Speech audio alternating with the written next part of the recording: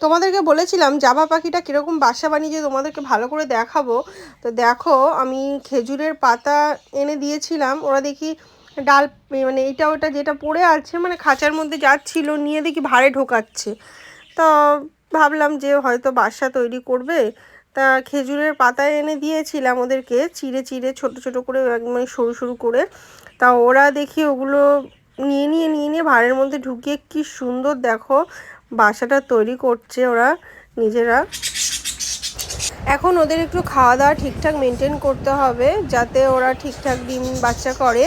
তো যাই হোক, ওদেরকে আজকে একটু ক্যালসিয়াম ওষুধ দিলাম, মাঝে মধ্যে দিতে হবে, কেননা এখন ওদের একটু ক্যালসিয়ামের দরকার, হাই প্রোটিনের দরকার। তোমাদেরকে একটা সিক্রেট টিপস বলি, আমার পাখিগুলো অসুস্থ হয় খুবই কম, মানে না হওয়ার মতো। তো যাই হোক, ওদেরকে আমি একটা জিনিস দিই, সেটা হচ্ছে সাগরে যে ফেনা হয় সেই ফেনা দিয়ে যে কস্তুরি টাইপের তৈরি হয়, ওটাকে কস্তুরি বলে। তা ওই জিনিসটা আমি এনে ওদেরকে দিই, ওরা ওটাকে খায়। ভিতরের নরম অংশটা ওরা উপরের ইয়েটাকে ফাটিয়ে দিলে ভিতরের নরম অংশটা ভেঙে ভেঙে খায়।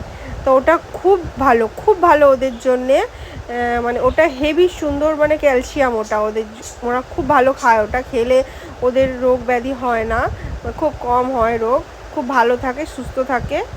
তোমরা যদি পারো ওটা দিতে পারো। আমার বদ্রি পাখি রয়েছে অনেক, ওরা ডিম বাচ্চা ফোটায় সবসময় কন্টিনিউ, কিন্তু আমার এই জাভা পাখি এই প্রথমবার আমাদের বাড়িতে ডিম বাচ্চা করবে। তো আমার খুব ভালো লাগছে যে নিয়ে এসেছিলাম, ভাবছিলাম অনেক দিন হয়ে গেছে নিয়ে এসেছি, এখনও ডিম পাড়ছে না কেন।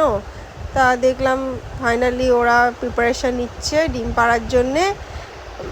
দেখা যাক কীরকমভাবে ওদের ট্রিটমেন্ট করা যায়, কীরকমভাবে ওদের কেয়ার করা যায়, চেষ্টা করব খুব ভালোভাবে ওদের যত্ন নেওয়ার। আর ওদেরকে আমি মাঝে মধ্যে একটু ভাত খেতে দিই, কারণ ওরা ভাতটা খেতে খুব পছন্দ করে। আর ধানটা তো ওদের ফেভারিট খাবার, ধান দানা দিই, খায় ওটা। আর ভিডিওটা লম্বা করব না, টাটা বন্ধুরা, কেমন লাগলো জানিও, পরের ভিডিওতে দেখা হচ্ছে।